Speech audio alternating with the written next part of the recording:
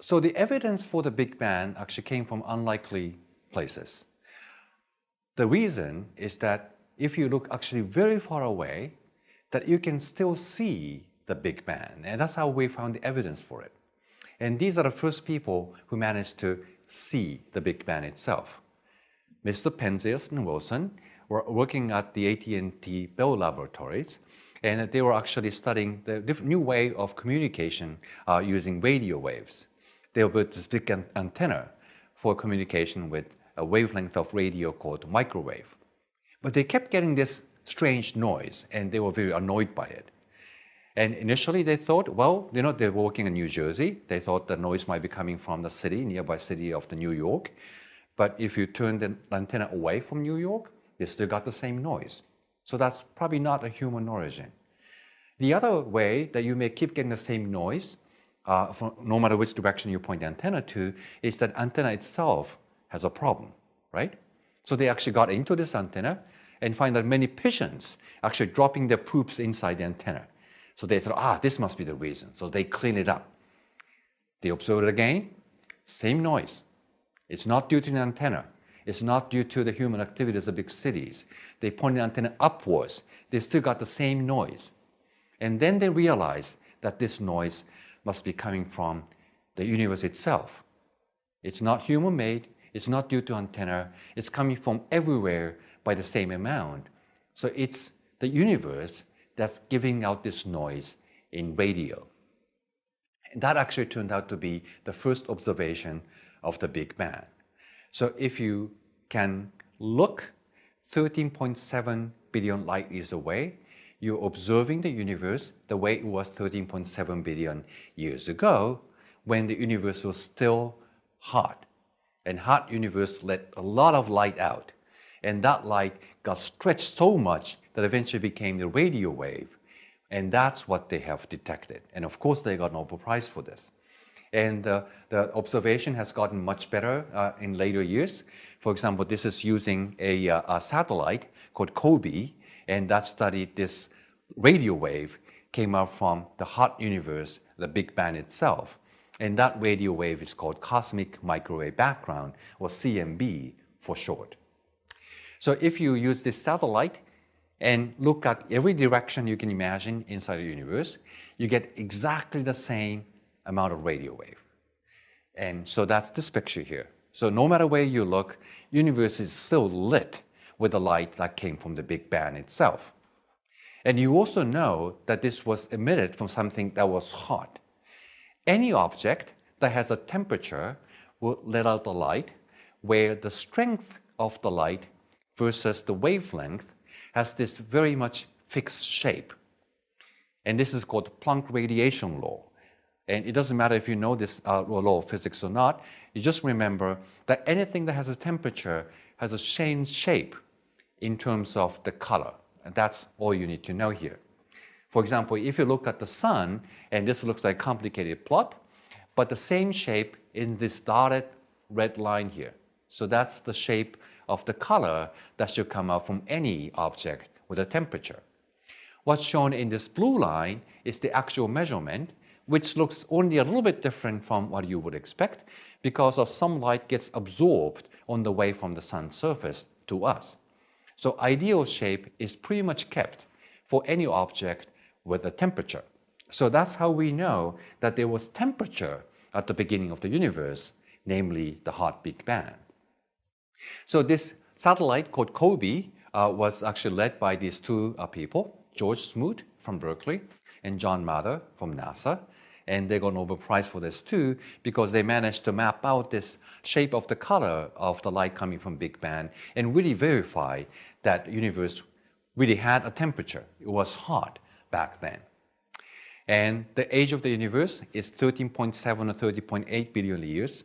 And so they actually managed to look that far away and could see the Big Bang itself. Now, if you look at this picture, you see the temperature is not exactly the same. There's a tiny variation in it. And we'll come back to this question later on. But at the very beginning of the universe, there was already a tiny wrinkles in the temperature of the universe, which actually turns out to be very important in our third and fourth lecture. But anyway, so they got Nobel Prize for this measurement. And when George received a phone call from Nobel Foundation, it was like 2 o'clock in the morning. He got awoke by this phone call. And he was mad at it at the beginning because he got woken up by this phone call. But then he realized that if he was getting a Nobel Prize, he became happy. And what he did was, well, what can I think to do now that I'm getting a Nobel Prize? There's only one privilege you can get on Berkeley University campus, namely that there's a parking spot for Nobel laureates on the campus. He immediately parked his car on one of these parking spots that day, and he got a parking ticket. He had to pay the penalty because technically he still hasn't received the prize yet. He just had a phone call. Anyway, so based on this observation, we now know that universe was indeed hot. It had a temperature that let so much light out, which now we still observe in the form of a microwave radio waves. You also see this tiny variation in temperatures. Later on, another satellite was launched by NASA from the United States called WMAP that improved the resolution of this map. And further on, they actually got improved very recently. Now, there was a little joke about this, that when people look very closely at this part of this map, it seems to show the initial of Stephen Hawking. So somehow, the initial of Stephen Hawking is inscribed in the picture of the universe. Of course, that was just a joke. When the new data came out this year in March by another satellite experiment called Planck, launched by European Space Agency, you can see that this has pretty much faded away. So it was just a little accident. But this way, we kept improving the resolution of the map of the universe, so we really see the universe as it was 13.8 billion years ago. But now comes sort of a sad news about this. Can we just keep looking farther and farther away that we can see the very beginning of the universe some way? The answer turns out to be, unfortunately, no. This picture we see in this microwave, cosmic microwave background, is the wall. We cannot see beyond this wall. And the reason is that when you look back this far away, where the universe is already very hot, the way the universe was is like the inside the sun. If you look at the sun, what you see is the surface. But inside the sun, it's so hot, and the light can't penetrate into it because it's so dense as well. So you can never look into the sun, no matter what kind of telescope you use.